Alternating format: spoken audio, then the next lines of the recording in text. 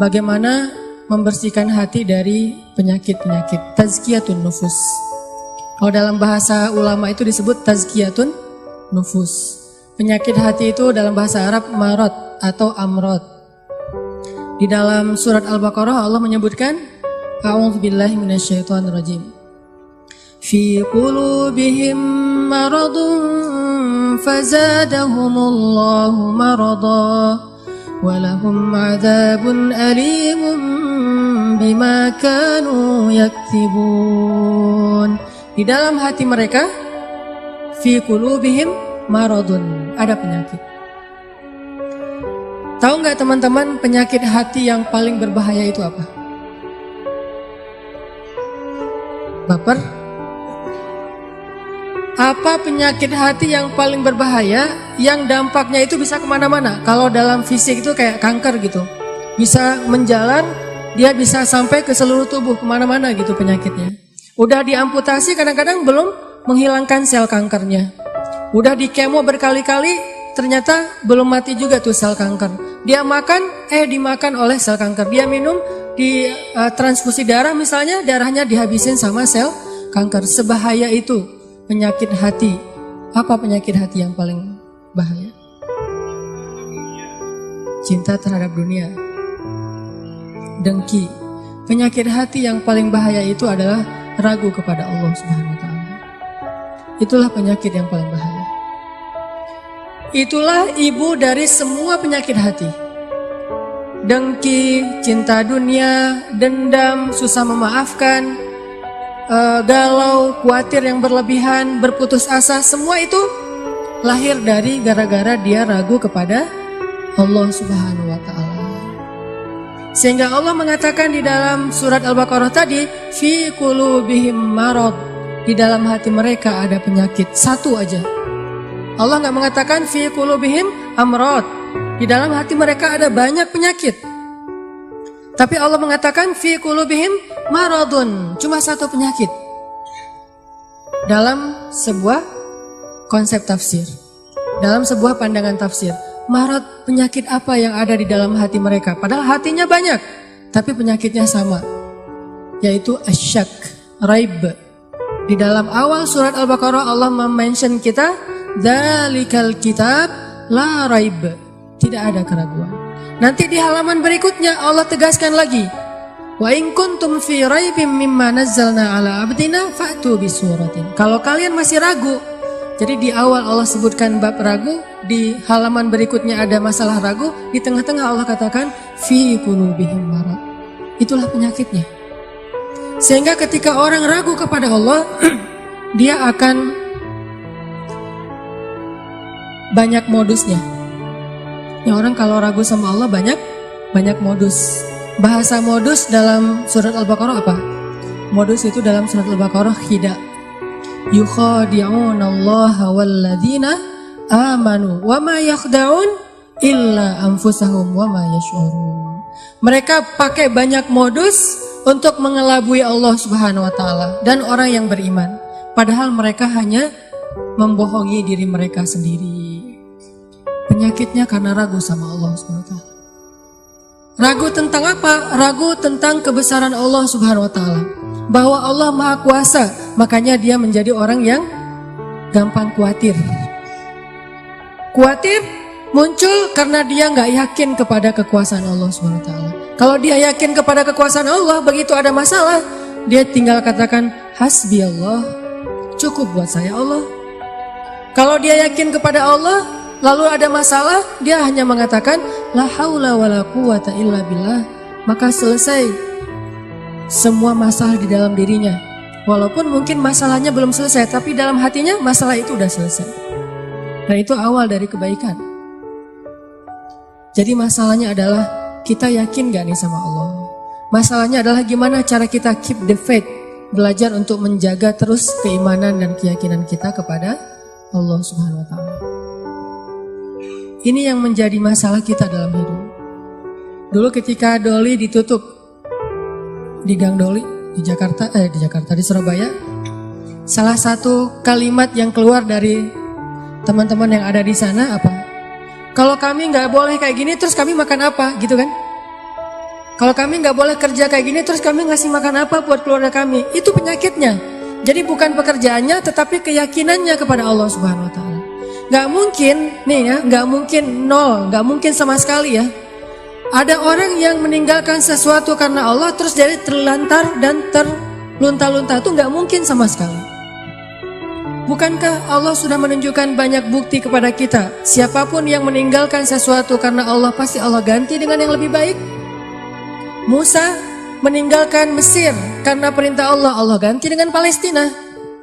Ibrahim meninggalkan Irak karena Allah, Allah ganti dengan Palestina dan Mekah. Nabi Muhammad SAW meninggalkan Mekah karena Allah, Allah ganti dengan keluarga baru di Madinah. Gak mungkin ada orang yang berhijrah meninggalkan sesuatu karena Allah terus jadi terlunta-lunta, jadi susah hidupnya. Gak mungkin, gak ada ceritanya dalam sejarah. Masalahnya ketika dia meninggalkan itu, kadang Allah ngasih dia ujian kecil untuk melihat dia yakin gak sama Allah. Nah, di ujian itulah banyak orang yang patah. Banyak orang yang kemudian jadi seperti bangsa Bani Israel yang mengeluh terus bilang, duh kalau kayak gini mending saya balik lagi aja kayak dulu. Banyak orang yang ngomong kayak gini. Mending saya balik lagi aja kayak dulu. Kayaknya hidup saya yang dulu lebih mudah daripada sekarang. Itu yang dikatakan Bani Israel ketika mereka menuju ke Palestina. Ketika mereka di tengah jalan, mereka bilang, tahu kayak gini kita mending balik lagi aja ke Mesir kayak di zaman Firaun. Ternyata sama aja nasib kita di tangan Firaun dengan di tangan Musa. Kenapa? Ragu kepada Allah Subhanahu Wa Taala. Tidaklah seseorang ragu kepada Allah kecuali akan bertambah keluhan dalam hidupnya. Nih pasti nih. Tidaklah seseorang makin ragu kepada Allah kecuali bertambah banyak keluhan-keluhannya dalam hidup. Semakin dia yakin kepada Allah, semakin sedikit dia mengeluh dalam hidupnya. Semakin yakin dia kepada Allah, semakin sedikit dia mengeluh dalam hidupnya. Makanya teman-teman, masalah paling besar dalam hidup kita itu, terutama masalah hati, adalah ketika kita ragu kepada Allah Subhanahu Wa Taala. Kalau kita lagi galau tentang satu masalah, jalan keluar yang pertama yang harus teman-teman cari itu adalah Allah Subhanahu Wa Taala. Coba tanya kepada Allah, coba baca ayat-ayat Allah, gimana cara mengobati galau atau masalah di dalam hati kita. Jadi obat hati itu adalah yakin kepada Allah. Dan cara yakin kepada Allah, baca firman-firman Allah Subhanahu Wa Taala. Allah berjanji di dalam banyak ayat untuk bisa menjadi iman, menambah faith, menambah keyakinan di dalam hati kita. Tinggal kita baca aja. Banyak banget ayat-ayat kayak gitu. Teman-teman bisa baca minimal banget teman-teman bisa baca di surat Hud ayat 6. Coba baca surat Hud, surat 11 ayat 6. Ini juga ayat untuk ngecas iman kita. Apa kata Allah di ayat 6 surat Hud? Bismillahirrahmanirrahim. Wa ma min dabbatin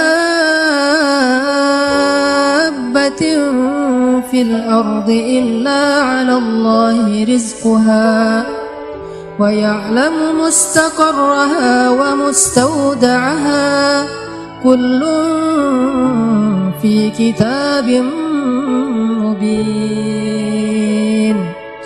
Gak ada satupun hewan yang melata di muka bumi illa 'alallahi rizquha, kecuali Allah yang menjamin rezeki bagi mereka. Terus kenapa kita khawatir? Kenapa kita galau? Kan Allah yang menjamin, dan jaminan Allah itu sebaik-baik jaminan. Dijamin oleh perusahaan asuransi atau finance, itu aja kita udah yakin gimana dijamin oleh Allah Subhanahu Wa Taala. Kayak ada orang yang ngambil asuransi kesehatan, dia nggak khawatir dengan sakit. Ada orang yang mengambil asuransi kendaraan, dia nggak khawatir kelecet atau terjadi kecelakaan, dirampok atau dicuri kendaraannya. Ada yang total loss only misalnya, atau all risk, dia nggak khawatir. Kenapa? Ada yang menjamin.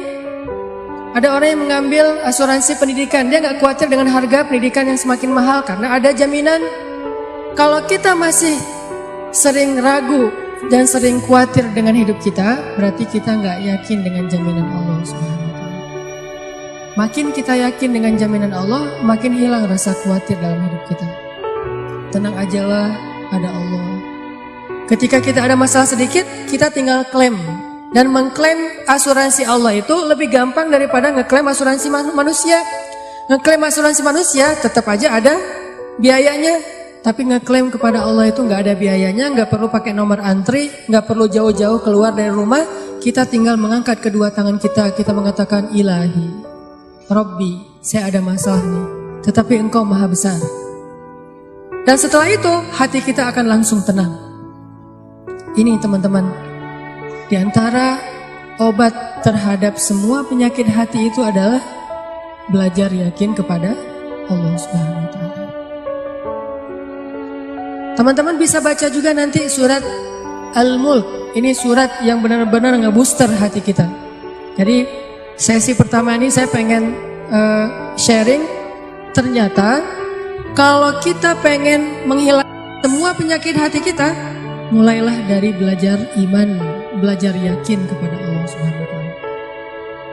Kalau kita pengen belajar menjadi orang yang menjalani hidup itu penuh dengan keyakinan, penuh dengan harapan, orangnya optimis, caranya belajar yakin kepada Allah Subhanahu wa Ta'ala. Dan salah satu cara belajar yakin kepada Allah, baca ayat-ayat Allah, terutama ayat-ayat booster tentang kebesaran Allah Subhanahu wa Ta'ala. Inna fi khalqis samawat, dalam penciptaan langit, bukan cuma di langit tapi penciptaannya, prosesnya. Inna fi khalqis samawati wal ardi wa ikhtilafil laili wan nahari la ayatin li ulil albab. Langit, bumi, silih bergantinya malam dan siang atau musim, di situ ada bukti-bukti bahwa Allah Maha Kuasa. Kalau itu aja buat Allah gampang, cuma kun fayakun, apalagi cuma ngurus kita yang cuma kecil dibandingkan langit dan bumi. Kita itu dibandingkan langit dan bumi gak ada apa-apanya. Kalau langit dan bumi aja buat Allah gak ada apa-apanya lagi, apalagi kita. Jadi intinya teman-teman, kenapa kita khawatir kalau Allah menjamin kehidupan kita? Kenapa kita khawatir kalau Allah berjanji menolong kita? Kenapa kita khawatir kalau Allah Subhanahu wa Ta'ala tidak akan menyia-nyiakan kebaikan kita? Ada orang yang pernah gak nyesel bantu orang lain gara-gara ternyata orang itu akhirnya nyakitin perasaan kita? Duh, saya nyesel dulu bantu dia. Duh, saya tahu gitu gak bakalan saya mau baik-baikan sama dia. Duh, nyesel juga saya kemarin udah nolongin dia segala macam. Nyesel juga saya kemarin ngasih tahu ke dia. Ternyata ujung-ujungnya dia malah menyakiti saya, mengkhianati saya, nikung saya dari belakang. Gimana? Apakah kita merasa amal kita jadi sia-sia? Enggak. Kalau kita bertransaksi dengan makhluk, mungkin sia-sia. Tapi kalau kita berdagang dengan Allah, enggak ada yang sia-sia, sehingga tetap tenang. Lagi-lagi baliknya ke Allah Subhanahu wa Ta'ala. Begitu kita merasa dikhianati, disakiti, ditikung, dianggap bukan siapa-siapa, enggak ada apa-apanya, kita tinggal mengatakan hasbi Allah. Bagi saya cukup balasan dari Allah Subhanahu wa Ta'ala, bukan balasan dari manusia. Ini teman-teman untuk sesi pertama tentang amradul qulub fi qulubihim marad. Salah satu penyebab kita sering gak nyaman dalam hati kita itu, dan kalau hati udah gak nyaman pasti yang lain ikut gak nyaman. Coba, susah banget kan membedakan ekspresi wajah yang tidak sesuai dengan hati kita, itu susah. Tetap aja gak akan setulus kalau kita tersenyum dari hati. Senyum terpaksa itu beda banget. Kita pengen tersenyum tapi hati kita terluka, kan gak mudah itu buat kita. Makanya hati itu mempengaruhi seluruh kehidupan kita. Benarlah sabda Rasulullah, kalau dia baik semuanya ikut baik, kalau dia buruk semua ikut menjadi buruk, terpengaruh banget. Sehingga kalau kita pengen memperbaiki hidup kita, mulai dari memperbaiki hati kita. Dan awal dari memperbaiki hati itu adalah perbaiki yakin kita kepada Allah Subhanahu wa Ta'ala.